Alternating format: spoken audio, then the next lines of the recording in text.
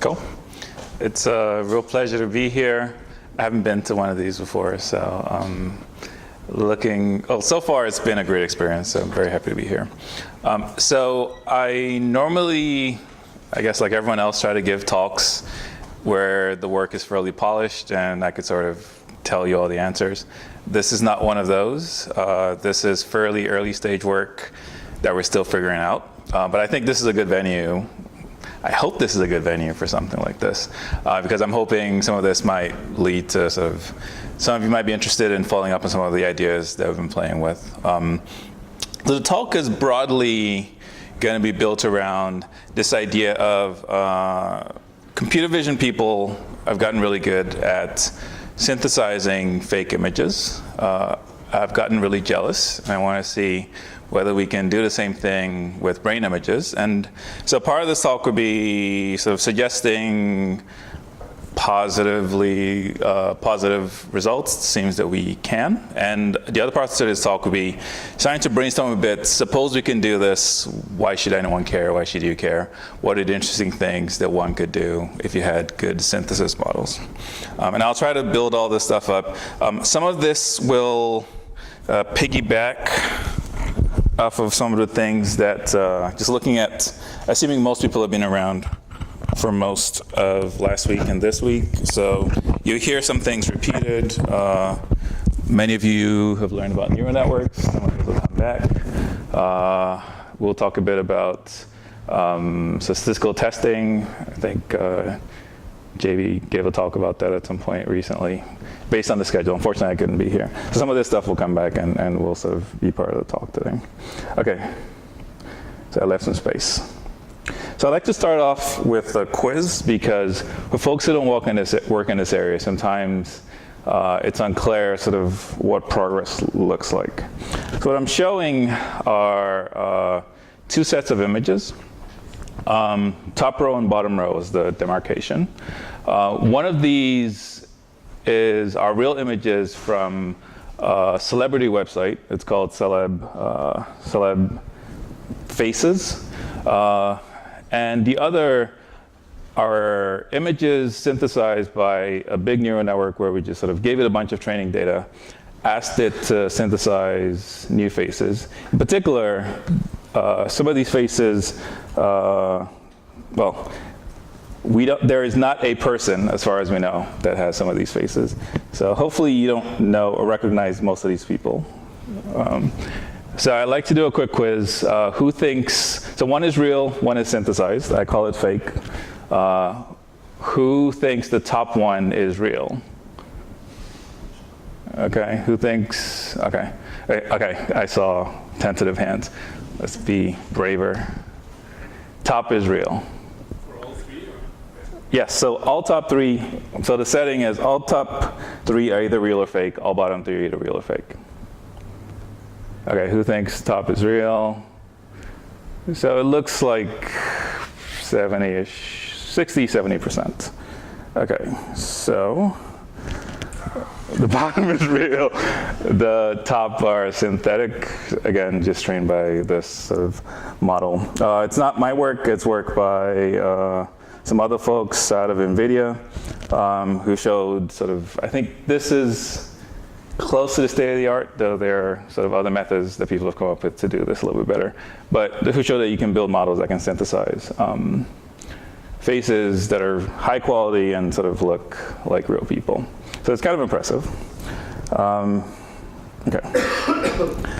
So I'm showing you two x-rays, so chest x-rays. One of these is a real chest x-ray. One of these is a machine-generated chest x-ray. Now it's left and right. Who thinks the left is the real one? Okay, so this looks 50-50 about.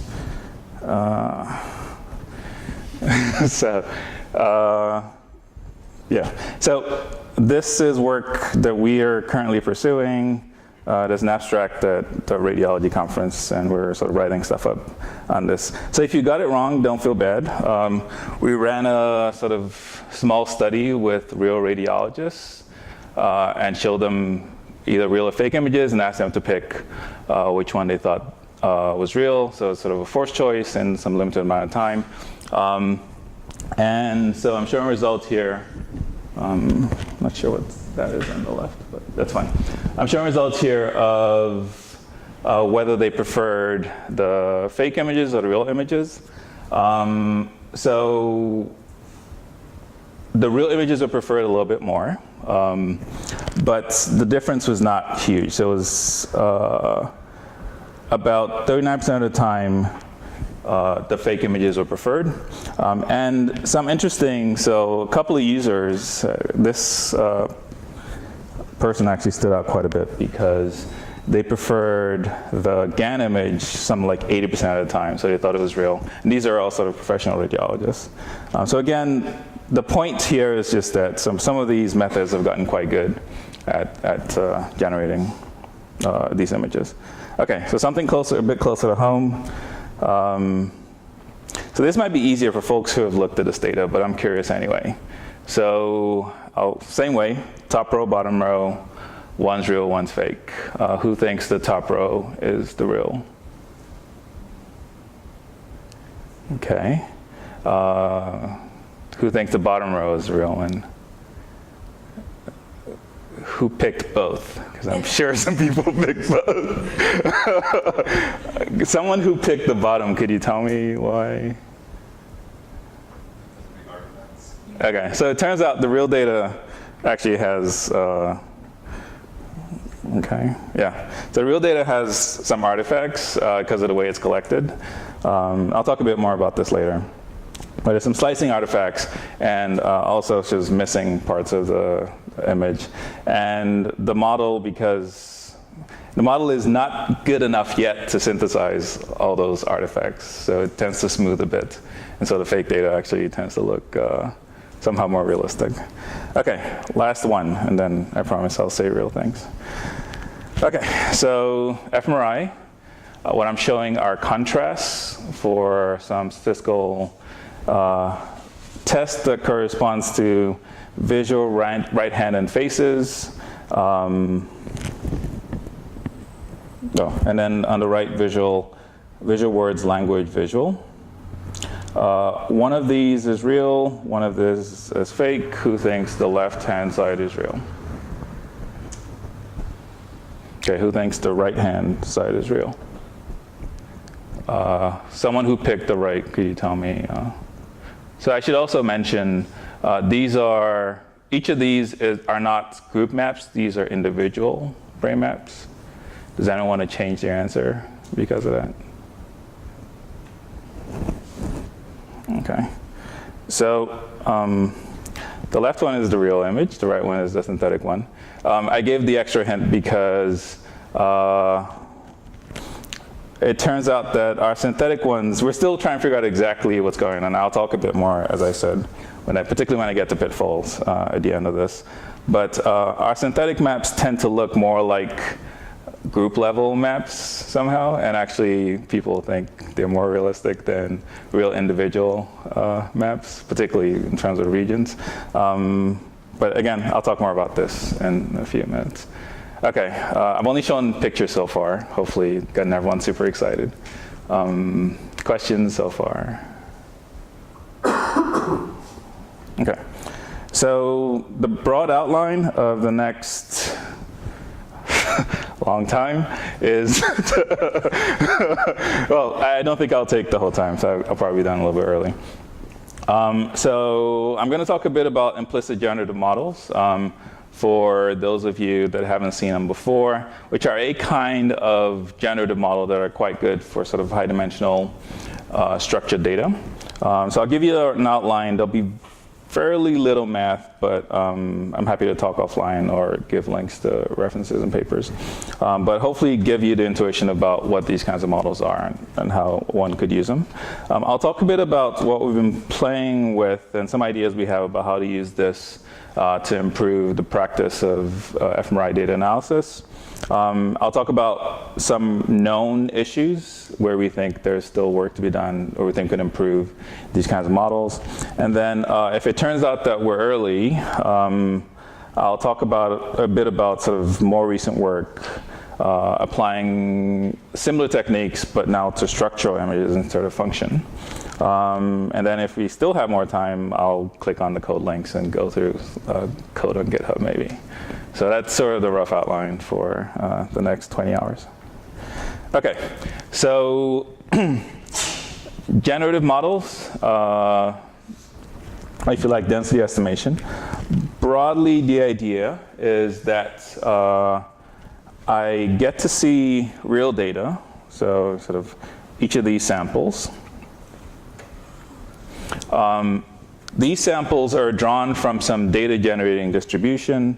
So if you like, this is like a contour plot. If you're thinking about this as a mountain and you cut off at a certain level. So you can think about these like areas of high probability, roughly within here. So these are sort of, if I sample from this distribution, points within the area that I've shaded, or that was blue before, much clearer, are more likely points for you to sample, and points outside are less likely. And there's one way to think about a probability distribution. And when we fit, in this case, density models, I'm calling generative models, what our goal is to try and, given only the data, come up with distribution where we can sample from and will get us sort of similar samples as if we actually knew the model where the data was generated. So I give you data. We hypothesize that there is a distribution that sort of generated that data. I don't know what this distribution is. And my job, or what I'd like to do, is to fit some model such that when I sample from this model, it looks like samples from the distribution. So this is sort of the classic density modeling or generative modeling problem. This may look, the way I drew that picture, it may look weird, but I'd guess that probably everyone here has seen density modeling quite a few times before. So it comes up in sort of smaller, low-dimensional problems. You think about, for instance, fitting a Gaussian distribution. So I give you data, you hypothesize that this data comes from a Gaussian, and so the things that you want to do are sort of find the mean and the variance of the Gaussian, and once you do, you've learned the distribution. That's one way of thinking about sort of simplified versions of this. And part of our goal will be to think about how to push this intuition from sort of 2, 3, 4 dimensions, where Gaussians are pretty good often, or we can at least visualize the data and think about what good distributions might be, to how one could do this for really big data, like big and structured problems like brain images. Okay. So we know how to do this for low dimensions. We're actually quite good at it. I also like to mention, because sometimes people sort of forget that, again, this comes up all the time, right? So almost a lot of things that we end up doing in statistics, I'll argue sort of almost all of it, outside of a few exceptions, involves sort of density modeling or probability modeling, generative model of some kind. So in fact, sort of most of the things that we find most useful are either sort of derived from density modeling intuitions, or can be interpreted that way. I mentioned earlier, we sort of are familiar with hypothesis testing, the one sample, two sample testing. So lots of other kinds of problems, so estimation, variable selection, prediction, exploratory modeling, visualization, or you can often couch them as variations, different kinds of either density modeling or probabilistic modeling of various kinds. So it comes up all the time. So it's a common class of problems that we try to solve. So as I alluded to earlier, one of the issues that comes up is that techniques that we know work well in low dimensions, things like maximum likelihood for Gaussians, which we can all do probably in our sleep, tend not to work as well for these high-dimensional data. So what do I mean by tend not to work as well? When we fit the models, so if I say I'm going to take my imaging data set and just fit a Gaussian to it, both in terms of sort of how well that model fits and the samples I get from that model, they're unlikely to look like sort of real sampled brain images. So there's somehow something lost in terms of fitting simple models in these really high dimensional problems. And there's several reasons for this, but the rough intuition is that somehow sort of the basic models seem not to be good enough for doing things in really complex high dimensional cases. And so one of the things that has happened in the literature is that a lot of literature has gotten really excited about alternative ways of thinking about estimating these complex high dimensional models. There are many of them, so hundreds of papers on sort of variations on different ideas of doing this. I'm going to talk about a subset, and it will be tens. There are definitely hundreds. So this is a very active area of research within sort of broadly machine learning, computer vision. The two that seem to have made the most impact and seem to be the basis of what most people end up working on are a class of methods called variational autoencoders, which I will not talk about at all, but just mention, so you've seen it before, often abbreviated as VAE. And most of what we'll talk about today are another class of models called generative adversarial networks, typically abbreviated Gann. And we'll talk a bit about what the idea is, why they might be useful, when they work, when they don't, which is only partially understood, but I'll tell you sort of my take on it. And for these kinds of models, the way that they're set up to work is they're built on this idea that we call, or the lingo is now implicit generative models. So they're actually quite simple in terms of explaining what the generative model is. But the complexity comes up in terms of how trying to fit these and use these. So the idea is I take some simple distribution, typically some like a unit Gaussian. So a Gaussian on, say, 10-dimensional space. I'm going to take my Gaussian and I'm going to pass it through some complex function, say a neural network of some kind. This neural network is going to map from something like, say, 10 dimensions to, let's say, 1 million. So it's going to be some, this is supposed to be dimensions. Okay. The idea is that the neural network is going to map from sort of low dimensional space to high dimensional space. I'm going to take, the idea of sampling will then be sample from some simple distribution, sample from a unit Gaussian. Again, we're quite good at doing this. Push my sample through my neural network, and then I'm going to get something at the end. And it's going to be a sample in this much higher dimensional space. So this is the idea of implicit generative models. Now they're called implicit because even though they describe sort of a certain generative process, in particular sampling from this model is fairly straightforward. So sample a Gaussian, push it through the function. Some of the other things that we'd like to do with these kinds of models, so things like scoring, fitting the model, turn out to be quite hard. So the structure of the model is such that something simple like writing down what the likelihood function is for this distribution turns out to be hard.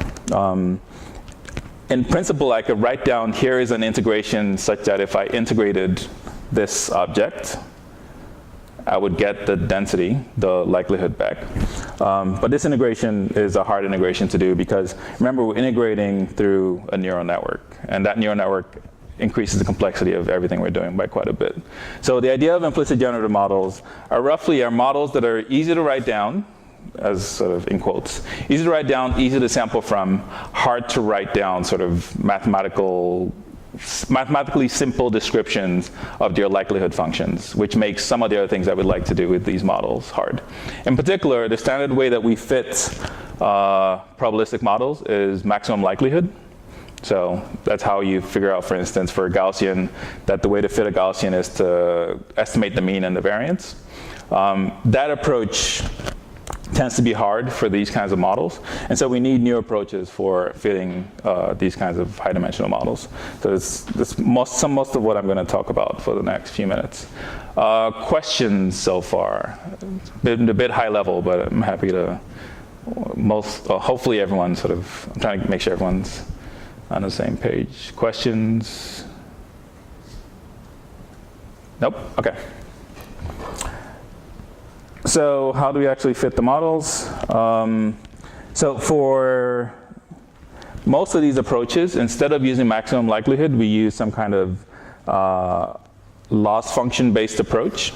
So again, this is my generative model, as I mentioned.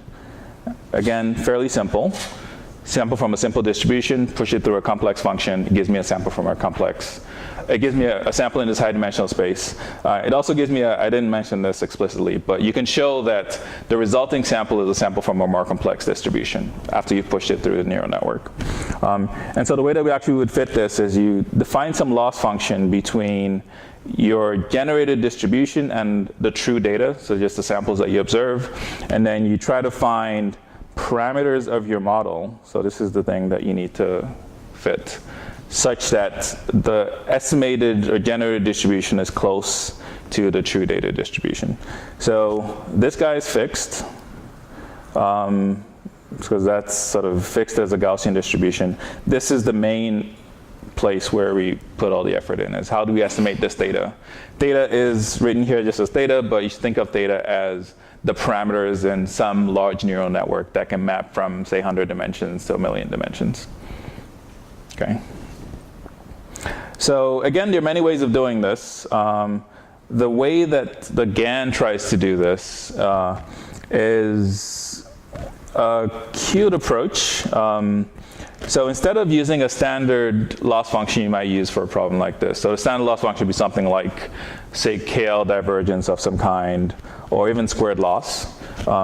What the Gann tries to do is, instead of determining a loss function that tells you how close your distribution is to your samples, what it does is it turns fitting the model into another classifier, so it turns it into what you can interpret as a game. So here's the idea of the game. So there are two players in the game. One player is the generator. So it's taking these low-dimensional Gaussians, pushing them through, and trying to get these complex distributions. So it's trying to sample a point that looks like real data. That's one part. On the other part of the game is the discriminator. And what the discriminator is trying to do is to tell whether the generated sample is real or fake.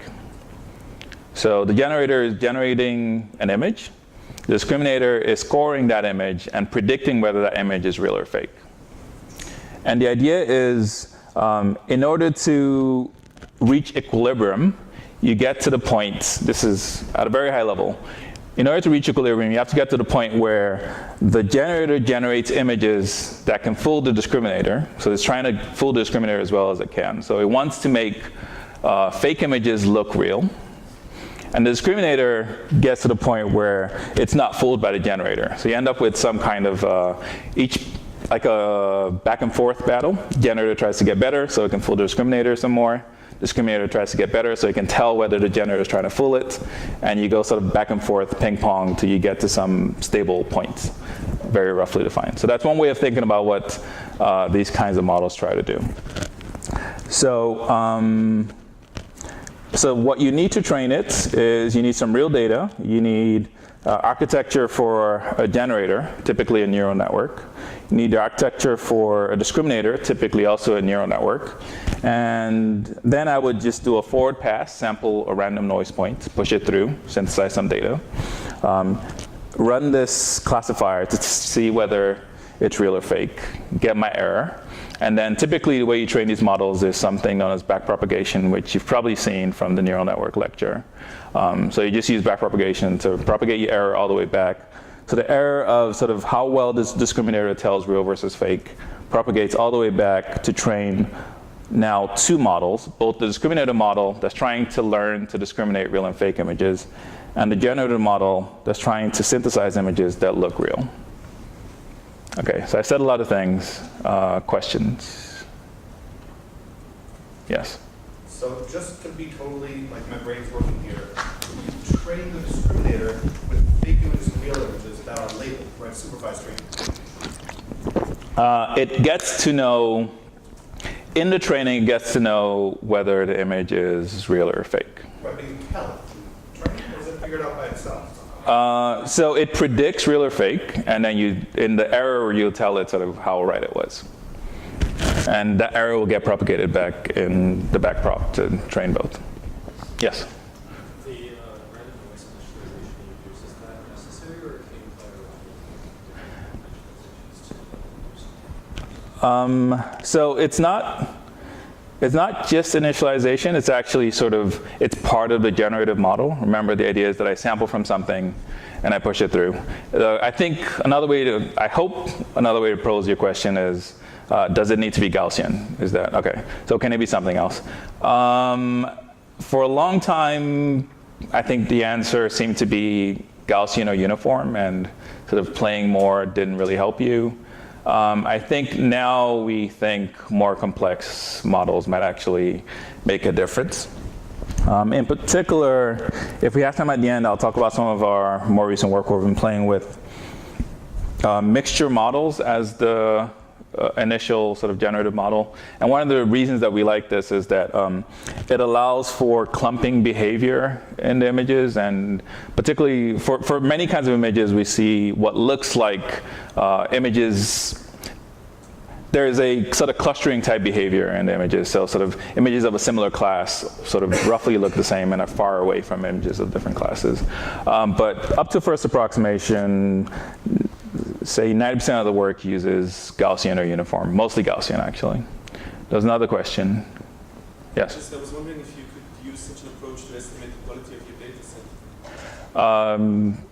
Tell me a bit more. In the sense of that if the discriminator is easily fooled, it means he's not really able to distinguish the classes or like. Right. So there's, we'll talk a bit about how tricky, so to answer you, I should answer your question and I'll rattle on. It's not clear if easily fooling the discriminator tells you whether your data set is high or low quality. I think it tells you more how good your generator is than the quality of the data set. It's not obvious to me. I have to think about that some more. As you might imagine, it's also more the broader point. There's a lot of empirical work that has gone into, for instance, how powerful, when I say powerful, how big, how complex should the discriminator be compared to the generator? Should it be sort of roughly the same size? Should you want to be bigger than the other? And how does that affect the training dynamics? Should I fix the generator, train the discriminator over and over until it gets really good at telling things apart, and then take another step in the generator, train the discriminator again until it gets really good? Or should I train them sort of at the same time? So there are a bunch of practical questions that are actually quite challenging. They're not completely solved. But they're standard heuristics that people like in terms of having to train these kinds of models. Roughly, you train the discriminator a little bit more than the generator. Roughly, they're about the same complexity because that seems to work best in practice. Okay, were there other questions or beginnings of questions? Yes? What is the loss in the generator? That's a good question. So the first generation of work just used log loss of something like logistic regression, which is just counting. This is like the log probability of predicting the right answer, roughly. More modern approaches have played with a whole bunch of other kinds of loss functions. I'll show a partial list in a second. The list can be quite long. But it's sufficient to think about this as like a standard classification problem where you'd use like logistic loss to evaluate, I think there and there. Yeah, go ahead. Yeah, could one think of this in a more conceptual way, instead of the training settings that I'm using real images using semantics or things like that, and see if the generator can, the distributor Oh, interesting. can actually different images.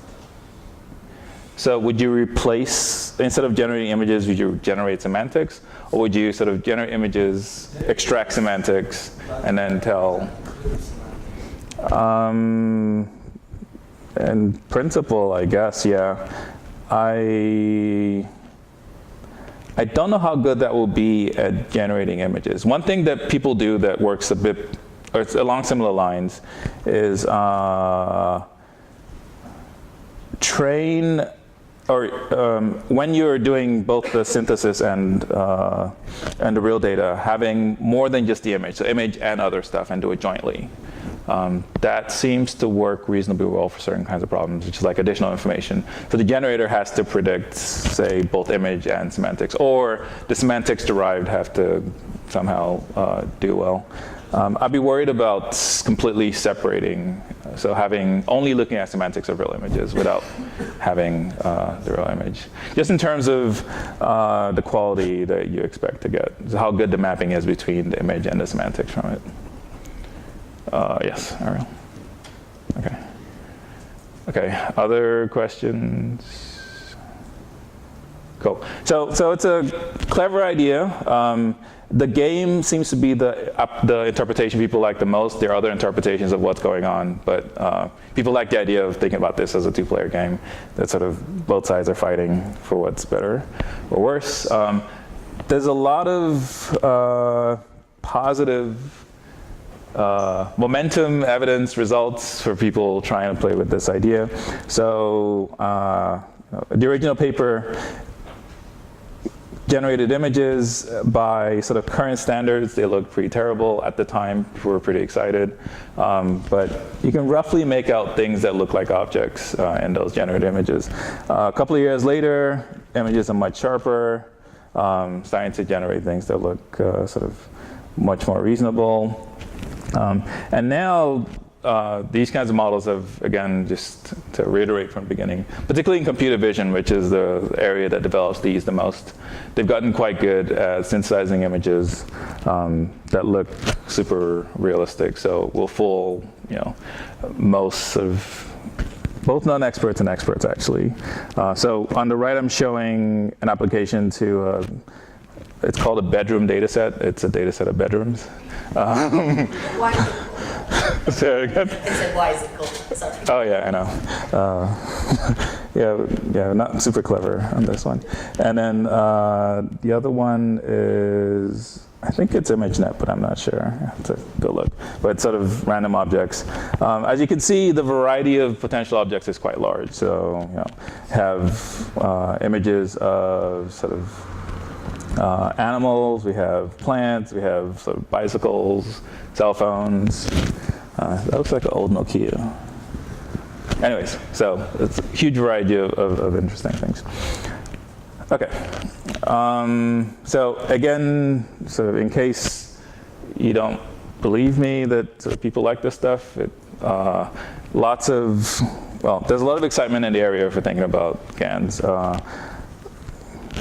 People famous people like Jan LeCun, who some of you might know, who work on neural networks, thinks that Gann is one of the Gann approach is or adversarial training more generally, is one of the sort of most important new methods that has come out of machine learning in the past few years.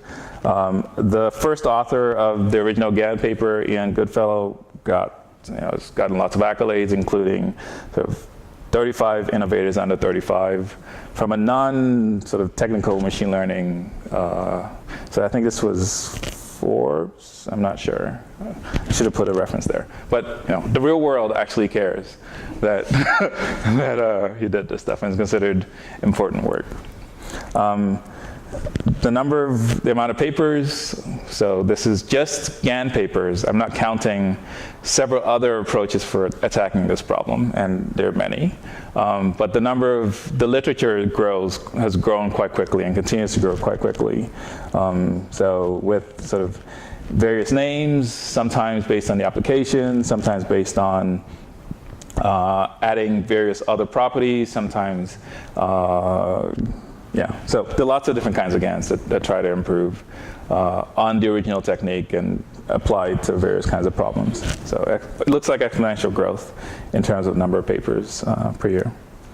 Okay, so I'm going to talk a bit about work that we did trying this approach for fMRI. And I'll just start off sort of explaining the data explain what we did, and then maybe try to tease a couple of the applications that we thought were interesting, and share partial successes and partial failures so far as a sort of incentive for thinking more about this. Okay, so everything I'll show is data from NeuroVault. I'll just show results on this data set, but we have other results on other NeuroVault data sets. This is the Brainpedia data set in NeuroVault, if anyone wants to go take a look and download. It has a little over 6,500 images. Each of these are individual brain images for task contrasts, combination of HCP and a few other data sets from Neurospin.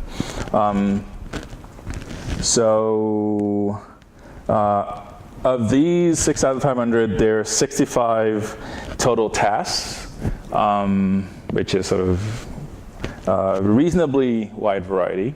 And beyond this,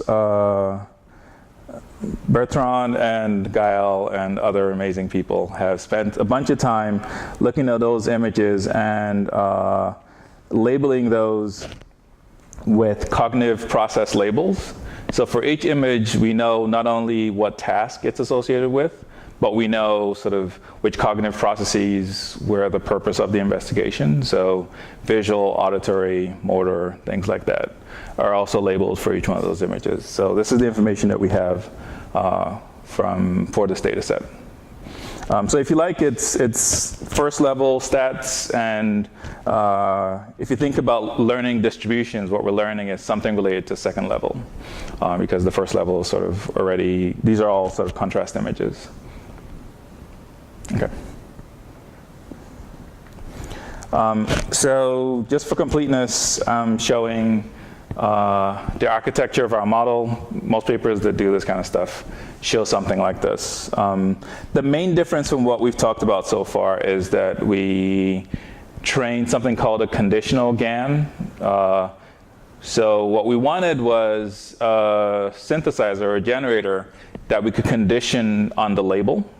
And I'll show some reasons why we wanted this. So not just that you can synthesize sort of images of brains that look like brains, but where I could give it a label and it would synthesize images conditioned that match, hopefully that match the label that I give it. Does that make sense? Seeing faces. Yes? Okay.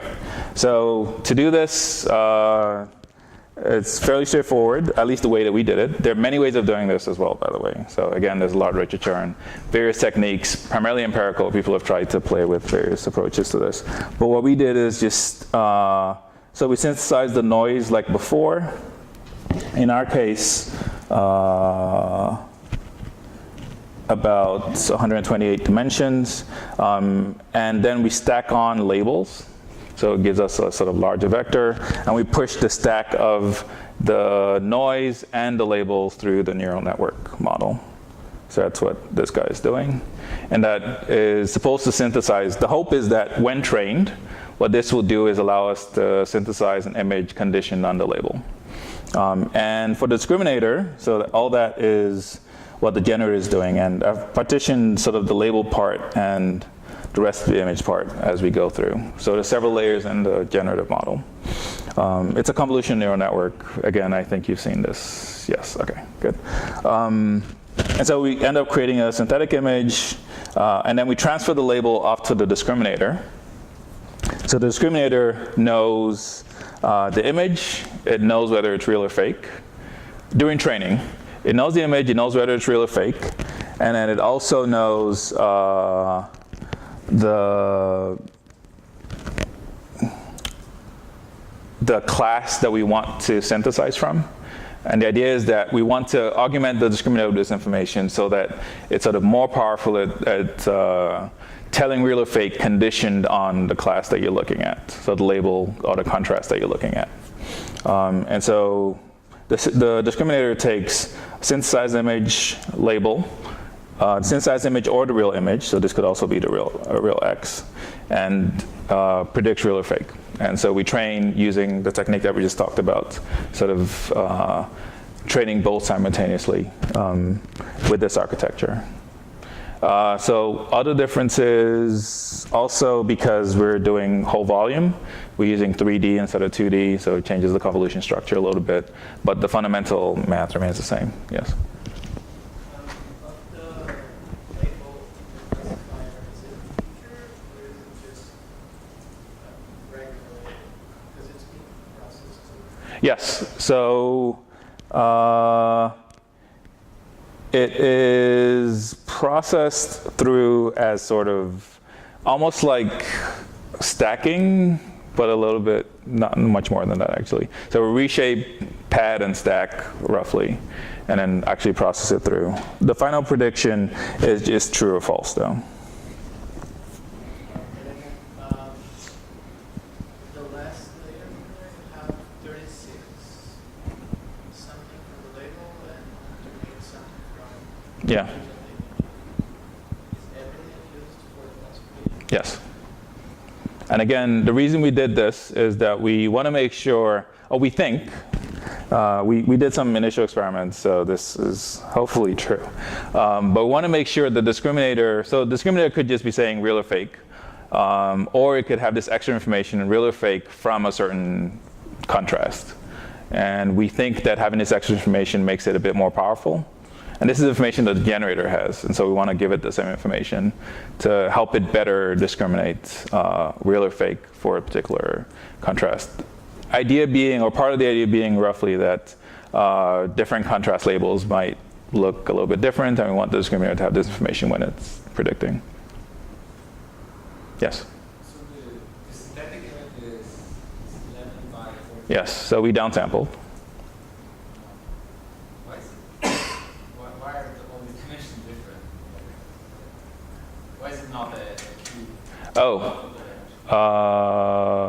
We took the original image and I think downsampled by 25% in each dimension, and they're not equal when we started anyway.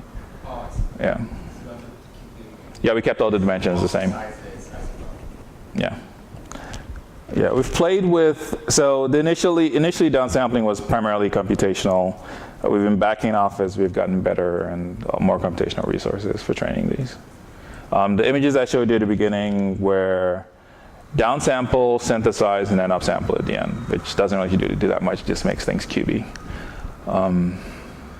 Yes?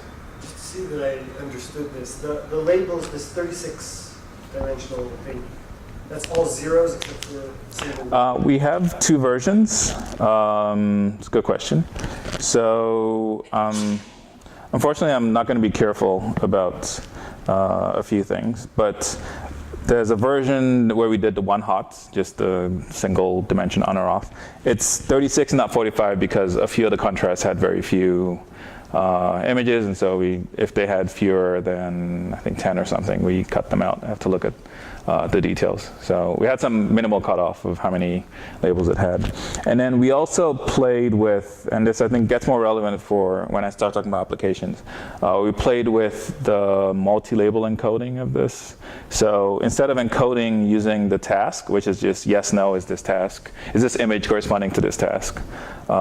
Since we have cognitive process labels, which is sort of the whole set, the subset of cognitive processes associated with this image. We have a different version. So the whole architecture remains the same, the dimensions change a little bit. But now instead of being yes, no for a particular task, it's now which combination of cognitive processes turn on or off based on the knowledge, based on the data. So the actual data has that information. And does that make a difference? In terms of synthesis, we didn't see a huge difference. Though I think we need to work some more on that. I think we just need to get our methods better. In terms of the application I'll talk about in a few minutes, it makes a huge difference.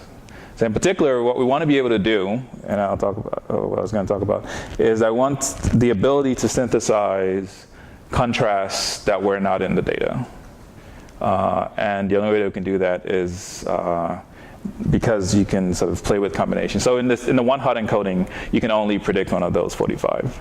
But with the cognitive process, so not all cognitive, clearly sort of if everything showed up as a tag, you'd have 2 to the 19, which is much, much more than 45. So we wanted the ability to be able to synthesize for arbitrary cognitive process combinations, which is one of the reasons that we played with the sort of multilabel encoding version.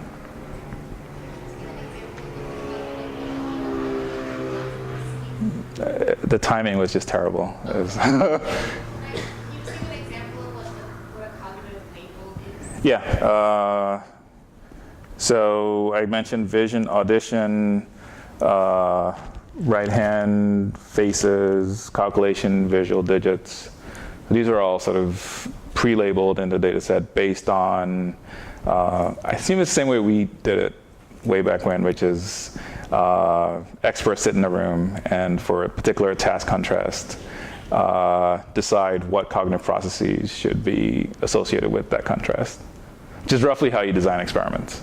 It's definitely not perfect, but we don't have yet a better approach for labeling these. This is real data. This is synthesized data. And just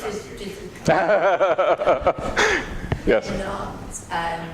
they're not looking at the maps and putting words on the map, like cognitive words onto the maps. They're thinking about the experiment itself and what cognitive processes should be activated. I think it's a combination of both. Luckily, Gal is in this room, but is trying to not pay attention. Oh, she's asking if you guys looked at the maps when you did the cognitive process labels, or it's just the experiment contrast? That's mostly looking at the paper. Okay, so whatever the paper said. What often is talking to the original experimenter. Those things are hard. Yeah, yes. Really hard. It's quite bad. Everything. So the data, the experiment and everything is really hard to give a label instead of like describing it in an absolute way and cognitive processes. Yeah, and people would disagree as well. Yeah, people tend to disagree Yeah. with this, and the reason they tend to disagree is they look only at their experiments that they know extremely well and their subset of cognitive science and their personal biases. But then if you take those two different people in the room and try to get them to agree, then it's But that circularity concern there is very real. Agreed, 100%. As in, you would like look at the experimental design and look at the conditions that are contrast. Oh yeah, like the context of this paper, this task was designed for this particular cognitive process. Oh yeah, it makes total sense. That only this process would be there. You look at the map and say, oh, what is the visual cortex doing? Like, Yeah. In a way, like the stimuli are presented a completely different way. Of course, there will be a visual. Yeah, I do that. Agreed. I was thinking, yeah. Some of those effects, those particular effects will wash away because you're combining all other experiments that also say they're the same thing. So somehow it'll look a bit like an, not outlier, but the particular, for the visual example, for instance, if all the other contrasts don't also have visual areas with them, then I think it will look like variability, roughly. So it won't be such a big deal. But it's definitely true that getting at the cognitive process labels for a task contrast is still, I think, rough. It's not clear or easy to do. There's work, though, that's trying to improve this and understand better. And the name is escaping me, but Ian's paper? Yes. Okay. You had a question? Yes. So if you're trying to project cognitive labels that you haven't trained the model on, are you kind of thinking something about like the shape of the data? You're assuming it's convex, sort of? Not convex, because these are sort of complicated enough models that we don't know everything that's going on in there. Our approach is some kind of holdout validation. So what I'll show, not here, but we have elsewhere, I don't think I have the slides here, is that we take out some actual tasks that would end up hiding some subset of the labels, synthesize and see whether sort of distributions seem to be matching. I think convexity is too strong. There's something a bit weaker than that. But roughly, it's some kind of coverage statement that is, or like the distributions, other tasks that activate similar cognitive processes have enough information that you should be able to sort of disambiguate and synthesize for other subsets is roughly the hypothesis driving this. I think that's it's a tricky one, but so far, okay. Yes? Just wondering, zero platform solutions to these? Yes. Yes. Oh, that's a good question. We did. What is the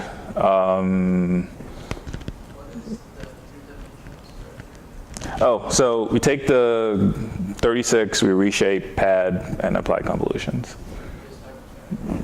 In terms of, so I don't think it's meaningful for labels. Oh, for the one hot, probably not. For the multi-label, it actually might be meaningful because it ends up mixing sort of across the dimensions a little bit.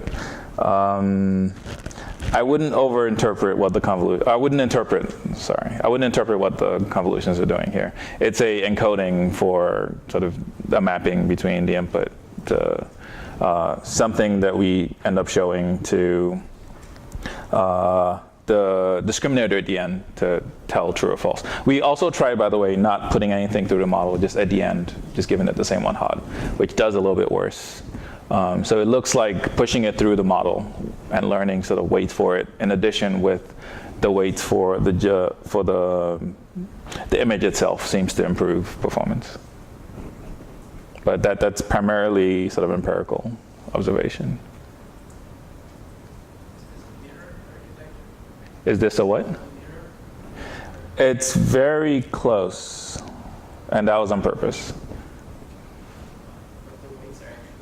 Oh, no, the weights are different, yes. So mirrored in terms of components and overall structure, but the weights are trained separately. So again, this guy is trying to synthesize images, and this other component is trying to tell real or fake. Other questions? Somehow I've done almost an hour. This is amazing. And mostly people look awake, which is even more amazing. That's good. Okay, so let's kind of move forward. So we're still trying to work on validation. I think there's some interesting questions and sort of various ways to play with this. So I'm going to talk about a little bit on validation, and I'll talk about some applications. So we played with synthesizing images, pushing them through Neuroscience, seeing whether sort of what the label that we put in was high up on the list of predicted labels. That seems to work okay. Seems to be sort of roughly in the top 10 with high correlation usually.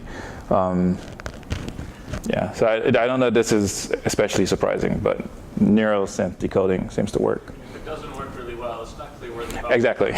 Is it the decoder or is it the generator? I don't know, but something else we could try is, again, I think accumulation of evidence roughly, hopefully say that something interesting going on.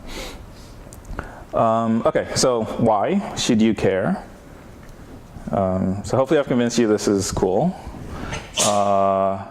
The next would be sort of what can you do with this? So we have some ideas, but I think, and I'll talk about a few more at the end, but I think there's a lot more that potentially can be done with this to the extent that one could sort of improve the models themselves as well. But I'll talk a bit about us trying to use this to augment data for decoding. So I'm solving some decoding task. Typically we have very few data points. I'm going to add a few more by synthesizing and see whether this improves my decoder or not. And I'll talk a bit about, actually I should say that now. So one can think about it almost like a regularizer in some way, because it's the effect that it has is to bias the trained decoder model to sort of look for patterns that end up matching what the generator has synthesized. So it's a bit of a circular argument, or convoluted, not circular, convoluted argument. But it ends up by regularizing. We think the way that it's working, or one way to think about what it's working, how it's working, is that it ends up having a sort of regularization effect. As Gail mentioned earlier, with sort of these models as big as these, it's with the sample size that we typically have, it's really hard to train sort of reasonable models. I'll talk a bit about using this for testing applications, and one approach that we've been playing with to see if we could use this to determine power, which we think is sort of interesting. And then one thing we haven't played with yet, but I think would be super interesting, is using this as a data source for sort of in the process of trying to fit more biologically plausible models. So, I mean, roughly you can think we train a neural network. It's not clear to what extent, at least on the data and the task that we're doing, that these are biologically plausible. But you can think about this as a data source that will make it easier to then train sort of some other model that's meant to be more biologically plausible. But now with hopefully much more data and realistically synthesized data compared to, or more realistically synthesized data compared to most papers that do these things on sort of Gaussian or sort of extremely simple distributions of data that are very far from what brains look like. So the hope is that we can sort of help you generate data that looks more like brains, has more brain artifacts, that will then help you sort of build other kinds of models, like but more biologically plausible models. Okay, so here's some results when we played with data augmentation. So I'm showing sort of real data, real and synthetic. It improves performance on the classifier. The end decoder is either a SVM or another sort of convolutional neural network. On this data set, it improved performance. The improvements were evaluated using accuracy, F1, precision recall. The improvements were not drastic, so it wasn't like a huge improvement, but it did seem to sort of fairly consistently, using various metrics, lead to slightly better model performance. I think this is something we'd like to, another thing that we saw is the less downsampled the image is where the better the augmentation seemed to work, which roughly makes sense. It's somehow capturing more of the sort of data features seems to lead to better performance. At least that's how we interpret it. Yes? When you have it in the row there with this real plus synthetic, it's not the real data that you trained it on, right? No, it's separate. Yeah. Yes? So it seems that the improvement in the neural network classifiers is larger.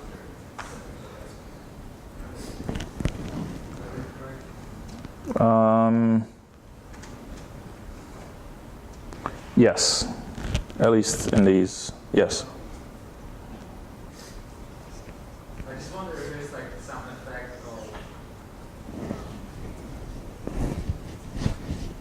No, sorry. Yeah, so somehow like the model class being better matched together and that leading to better performance.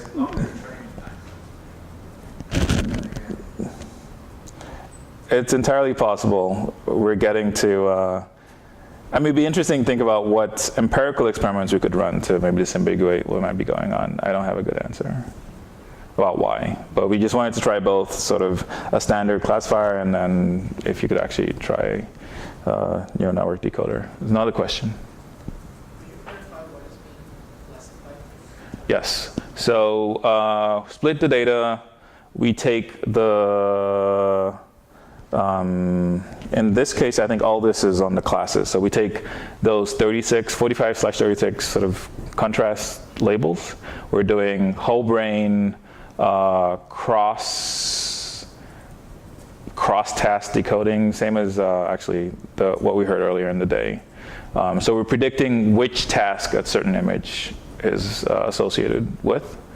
And we're doing this either just using only real data to train a model, and then predict unheld out, or real data augmented with synthesized data. So now we have sort of stacked, so like doubling the data, for instance, and seeing if, I don't have numbers here, roughly double the data size and see whether that improves the classifier or not. So now you're training on more data, but half of it is fake. And then you're predicting on sort of held out real data, which one of the 36 contrast labels for a particular image. Does that answer your question? Yeah, I was just going to mention that you're using a label to synthesize data. Oh, they'll be separate. So it's a train test split. But the training for a subset of data knows the label. Is that what you're asking? Yeah, so it's conditional generation. So it's, there's slight, I think you're arguing there might be some circularity there. Yeah. Yeah, so the main thing was just separate train and test, so at least there's not obvious leakage. But we did it this way. I mean, I guess, actually, I don't know how else you could do it. Maybe that's a better. So if I wanted to not use if I didn't have any labels in my training, then in my synthesis, then I wouldn't know how to use that to help. I guess I could do some semi-supervised thing or something. Yes? I guess maybe another way to kind of formulate the question is, where's the information coming from that improves the performance? Yeah. So again, our intuition, that's a good point. I think our intuition is that it ends up acting a bit like an implicit regularizer. That's, I think, the best explanation that we've come up with. I'm happy to hear others or rough criticism if you disagree. Yes? What would be really interesting is to have a ballpark estimate of when this implicit regularizer starts outperforming, especially craft one. Yeah. Basically, how much data you need to train your Gann for Yeah, we have partial results. Again, I think we need to, I'll show that in 2 seconds. But I think we need to get better generative models and also possibly play with additional. We have 2 other data sets I'm not showing here, but I think, like everyone else, larger data sets, if you could train on, would help. Okay, so I'll partially answer your question in 2 seconds. Yes? So you were saying that for the real cluster, that's like the real data, and then in addition you add the synthetic data. Do you know what would happen if you replace some of the real data with synthetic? I'll show that in a couple of minutes. So we did some of that as well. So I'm still not getting the final goal of this method, because for from what covered before, like we could get a decoder to see what part of the brain structure is supporting for tasks. So will this method help us better Right. So here we primarily just focused on prediction performance. Will this help in interpretation? Or like trying to fit, so like a TVL1 model or some other kind of regularized model. We have not tried that at all. Our goal, so the way we approach this is we think synthesis can be useful for 10 reasons. Here's the first one. We think it can help if you're looking to build a decoder. Synthesizing may help you augment your data set. I'll show a second one. It might help you with power analysis. And I'll allude to other potential applications. The real thing I'm showing here is proposing that this is a useful class of problems for us to be thinking about in brain imaging, is synthesizing brain images. And then show like a bunch of applications that we could use this for. Does that answer your question? Okay. So we played a bit, we tried some baselines. If I just synthesize from a Gaussian mixture model, which would be like a very basic baseline. It actually does, so what I do is I take data from each class, I fit a Gaussian mixture model. So the synthesized images will not look like brains, but I could still train a classifier with them. They work better than you would think. They actually work quite well. And we're still understanding this a little bit better. I think our best understanding is, even though they're not necessarily sort of good brain images, they're still capturing roughly the shape of the data distribution for each one of those classes. So it still helps in terms of predictive performance. To partially answer your question on this data set, we looked at training the model with real data and then synthesizing fake data. So on the x-axis is number of synthetic images for every one of these 36 classes, and then sort of what the accuracy looks like. It looks like, and this is, so here we're not augmenting real data, we're training only on synthetic and seeing sort of when do we cross over to start doing better than the real. We didn't train it enough to actually get the cross, but yes. Actually, my question is quite different. Okay. You're using the Gann as an implicit regularizer. Sure. But you're really comparing to things that have absolutely no useful prior. In terms of SVMs or neural networks. My question was rather, so, I mean, asymptotically, you expect the Gann to capture that structure of data to build a better product. Sure. The question is, when does this asymptotic kick in? And when does simple priors to rule completely as neat as an L2 as an M? Where's the threshold? Because if it's set 100,000 images, then it's not worth your effort. Or it may not be. So I think this answers your question, at least for if you think that SVM, you said SVM with L2 regularization. Okay, so there's an SVM, one of these is an SVM with L2 regularization.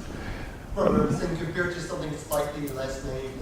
I see, something more complex. Yeah, so I don't know. So compared to strong. Yeah, so actually I'm curious, maybe, I think for pure predictive tests, the gap that big between SVM, L2, not interpretation, but pure prediction.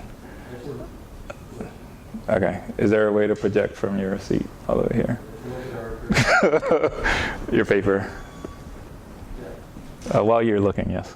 At some point in the future, do you think that this could be applied to creating really sophisticated imputation techniques? So we've played a bit with imputation. If we have time, I'll talk a bit about that. Promising results so far. So you're looking at a few percent, maybe 5. Okay. So that's enough that it actually will start looking. It will make some difference, but it's not, I mean, it's not overwhelmingly different, but it will help us, like you said, if you want to calibrate better where that cutoff might be. And again, part of this would be data set dependent, part of it would be architecture dependent, so all the other caveats. But modulo all that, if you're saying 2 to 5% difference in performance, I think this is, I mean,